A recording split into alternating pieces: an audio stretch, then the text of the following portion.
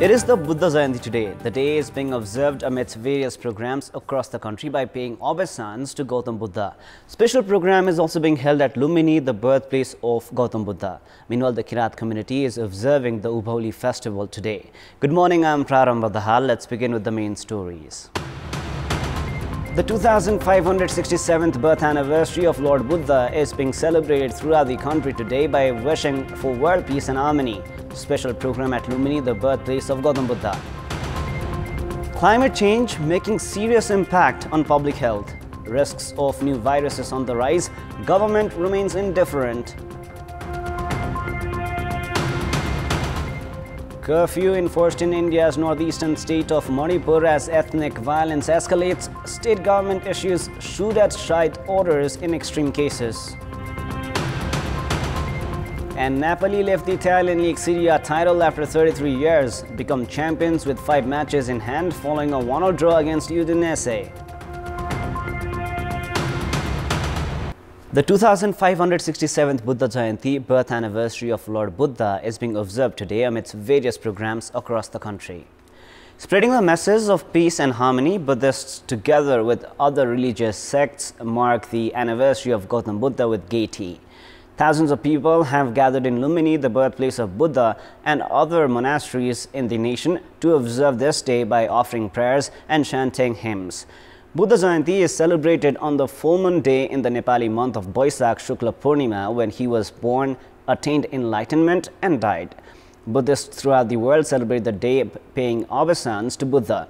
Extending greetings on the occasion, Prime Minister Pushpakamal Dahal has said that Buddha's philosophy of peace was unparalleled.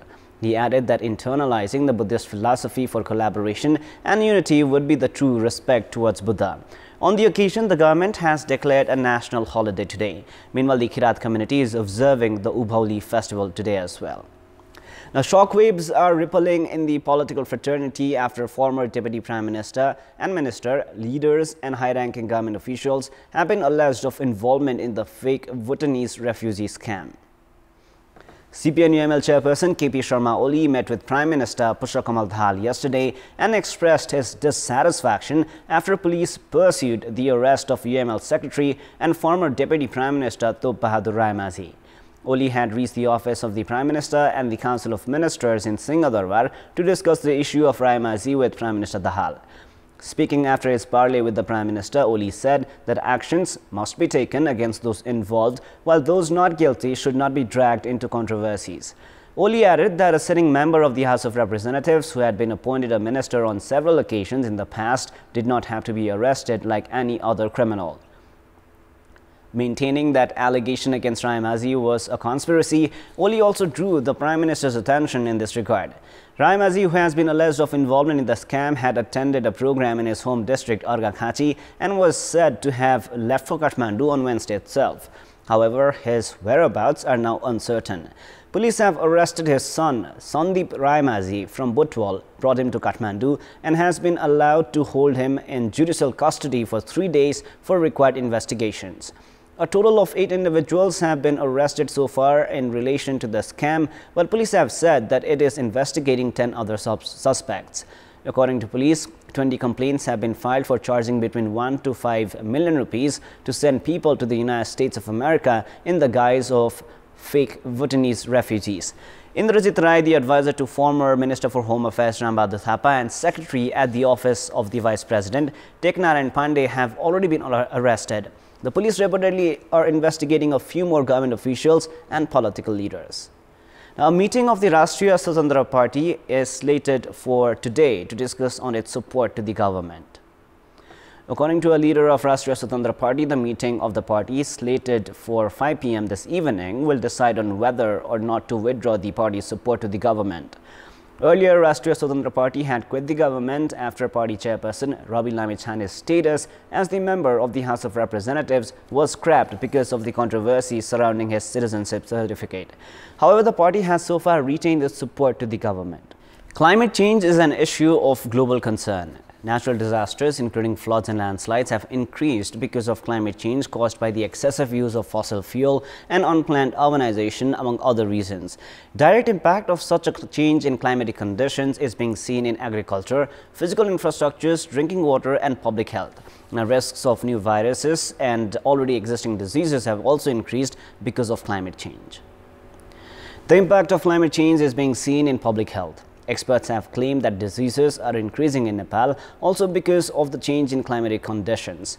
According to the research conducted by the Ministry of Health and Population and the Nepal Health Research Council back in 1990, health-related ailments ranked 5th among the risks of diseases and is now ranked 1st in the country.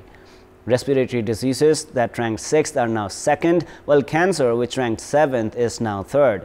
The Ministry of Health and Population has said that risks of non-communicable diseases is 71% in the country. Dengue and malaria have resurfaced and have led to loss of lives in recent years as well.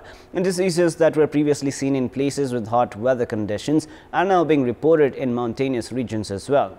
Experts are of the opinion that the impact of climate change is of different nature in the mountains, hills and southern plains of the country and have therefore identified the need for a health mechanism for the same. In addition to that, the government must also identify possible health risks caused by climate change and curb them in a timely manner.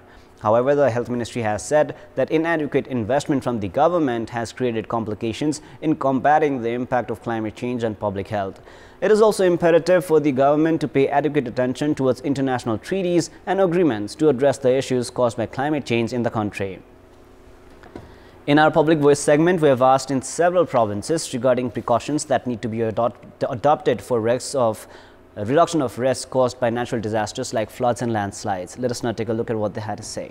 Public Voice. खोलामा बाँधको तटबन्धनको लागि आगामी व्यवस्था गर्नु पर्यो।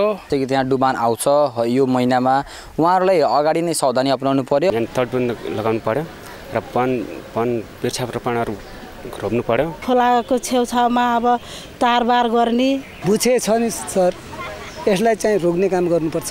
सरकारले हामीलाई हेर्दिए भए तारजाली लगाइदिए भए खोलो सेभ गरिदिए भए त्यही राम्रो हुन्थ्यो। चुरे क्षेत्रबाट भइरहने अवैध रूपमा ढुङ्गा गिट्टी बालुवाहरुको चोरी निकासीलाई नियन्त्रण गर्नु पर्यो। तटबन्ध ढल निकास जस्ता विषयहरुमा बजेटको उचित व्यवस्थापन गरी विकास निर्माणको काम गर्दाखेरि पनि अलि ध्यान दिनुपर्ने देखिन्छ।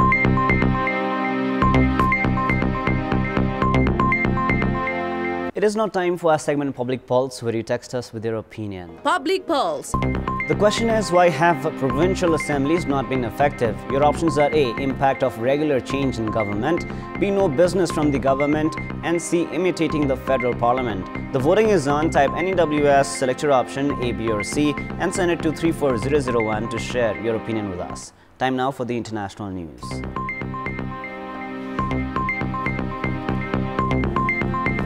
Authorities in the northeast Indian state of Manipur have issued shoot-at-sight orders as soldiers patrol the streets and enforce a curfew to quell violence between tribal and non-tribal groups.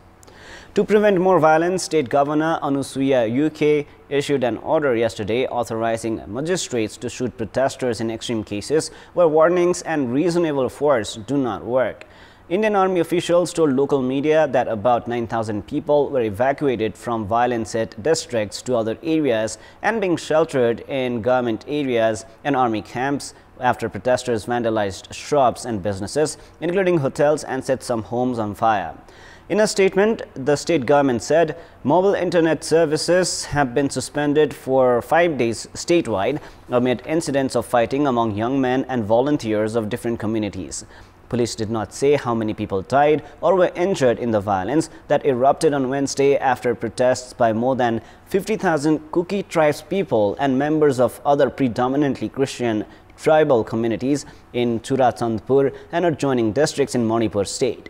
Television channels broadcast images of both tribespeople and Meitei people burning tires on roads and setting fire to some houses in parts of the state which shares a border with Myanmar. The violence erupted after a students' union, the All Tribal Students Union Manipur, organized protest in the Churachandpur district against a demand by the majority non-tribal Meitei community for the status of a scheduled tribe. At least 8 people have been killed and 13 wounded in a shooting in the Serbian village of Dubona.